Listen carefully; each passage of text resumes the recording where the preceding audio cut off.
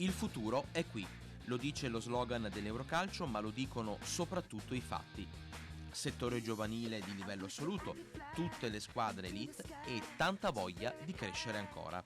Per farlo servono passione, competenze, strutture e professionisti al servizio di un progetto, ingredienti che da anni portano l'Eurocalcio a raccogliere risultati importanti.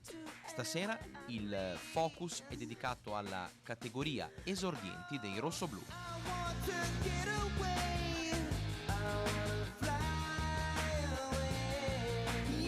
Eurocalcio, che è sempre stata una società che ha guardato al futuro lavorando nel presente. Quali sono allora i progetti e le aspettative per l'annata 2007 degli esordienti?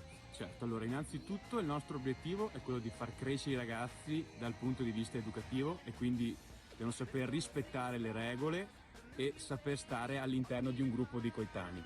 Invece per quanto riguarda gli aspetti tecnico-tattici, a noi interessa che i nostri ragazzi si allenano lavorando sulla tecnica e sulla tattica individuale in maniera tale che possano proporre un gioco offensivo, propositivo e di qualità affinché possano esprimere liberamente il proprio talento e la propria creatività senza essere imbrigliati in tatticismi e schemi vari. Si lavora in team, come ci puoi confermare? Assolutamente sì, il lavoro del gruppo esordienti prevede una metodologia che abbracci 3 mister diversi con 2 annate e 3 squadre in totali dove lavoriamo in completa collaborazione, quindi questo è un vantaggio sia per i ragazzi che per i mister stessi riguardo al confronto nel lavoro e nelle esercitazioni settimanali. Quanto è importante il fattore divertimento per ragazzini di questa età?